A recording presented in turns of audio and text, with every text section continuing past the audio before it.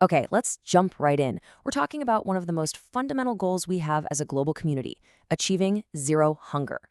Now, it sounds simple, right? But the latest data reveals a reality that is, well, it's deeply complex and challenging. So let's dive into the numbers and see what's really going on. This right here, this is what it's all about. A child with access to a healthy, reliable meal. This is food security in action. This picture from a school in Somalia really represents the goal in its simplest, most human form. It's what we're fighting for. But, and it's a big but, while this image gives us a ton of hope, the global picture is far more sobering.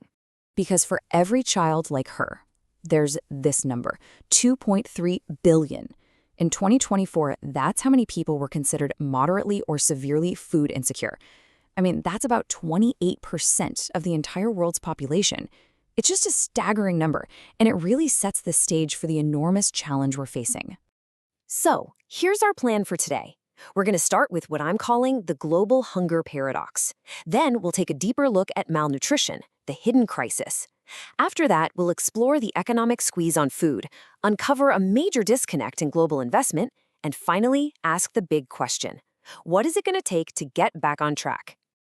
All right, first up, the global hunger paradox. The latest numbers tell a story of both real progress and some pretty significant pitfalls. It's absolutely crucial to understand both sides of this coin. So check out this trend line because this is where it gets really interesting. On one hand, there's some good news. The percentage of people facing hunger has actually dropped to 8.2% this year, which is down from its recent peak. But here's the paradox. That number is still way higher than it was back in 2015, before the pandemic and other crises really took hold.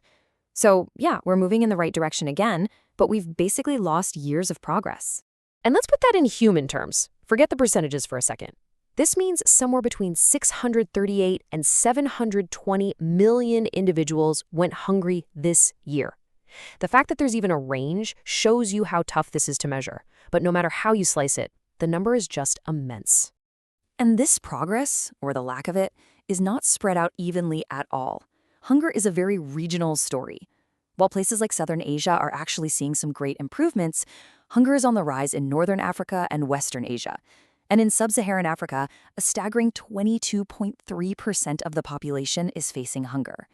It's a deeply uneven playing field. Okay, let's move on. Because just having enough calories isn't the whole story. Not even close. The absence of hunger does not mean good nutrition. We really need to look at the hidden crisis of malnutrition. 150 million. That's how many children under the age of 5 were affected by stunting in 2024. And stunting isn't just about being short. It means their growth has been so impaired by poor nutrition that it has lifelong consequences for their physical and, just as importantly, their cognitive development. It's a quiet crisis that really compromises the future of an entire generation. And malnutrition has many faces. While nearly a quarter of children are dealing with stunting, another 6.6% suffer from wasting. That's a really dangerous thinness. But at the same time, 5.5% are overweight, often because their diets are high in calories, but super poor in actual nutrients. The key takeaway here is that we're fighting a battle on multiple fronts. Let's focus on another really critical indicator, anemia. This is a condition where a lack of healthy red blood cells, usually from an iron deficiency, has serious knock-on effects. It impacts pretty much everything, from the health of newborn babies to an adult's ability to work and even think clearly. And the scale of this problem among women is just alarming. In 2023, nearly a third of all women between 15 and 49 were affected by anemia. And here's the worst part. This number isn't going down. It's actually gone up since 2012, moving us even further away from our global nutrition goals.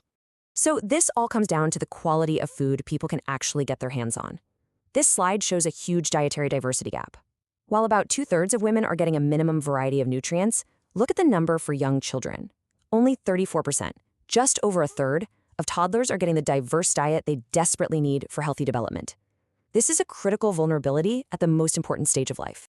So why is this happening? Why, in a world that produces more than enough food, are so many people unable to get what they need? Well, that brings us to our third section, the economic squeeze. This is a pretty stark reality. In half the countries on Earth, food prices are still triple what they were before the pandemic. The global cost of living crisis is far from over, and it's being felt most painfully at the dinner table. This chart really puts it into perspective. You see, before the pandemic, only about 16% of countries were dealing with high food prices. That skyrocketed to a record 60% in 2022. Now, it's eased a little bit to 50%, but that's still dramatically higher than the norm. The pressure is letting up, but it is still immense. And here's a really painful irony in all of this. The very people who grow our food are often the ones struggling the most. Small-scale farmers in most countries are earning less than $1,500 a year. That's often less than half of what their large-scale counterparts are making.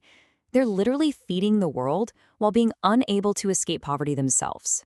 This leads us right into the fourth part of our story, the investment disconnect. It really makes you ask, in a world of competing priorities, are we valuing our food systems correctly? The data suggest we are not. Now, to understand this, we have to talk about something called the Agriculture Orientation Index, or AOI. It's a pretty simple ratio, actually. It just compares how much a government spends on agriculture to how much agriculture contributes to the economy. If the index is 1, spending is proportional. Anything below 1 means underinvestment. So what was the global AOI in 2023? Just 0.43.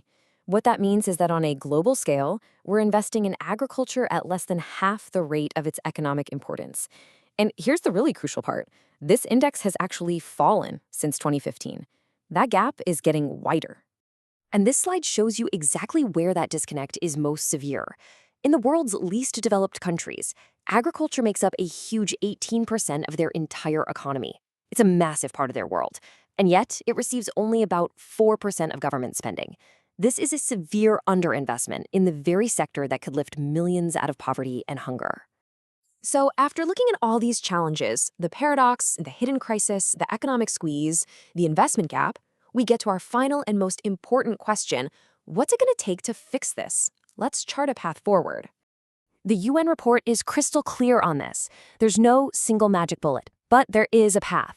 It involves strengthening our entire food system, directly supporting the small-scale producers who are its backbone, and improving services and public infrastructure to make sure everyone, especially the most vulnerable, can access nutritious food. And that brings us to the final lingering question. The 2030 deadline for the Sustainable Development Goals is right around the corner. The data shows us exactly what's wrong, and the solutions give us a clear path.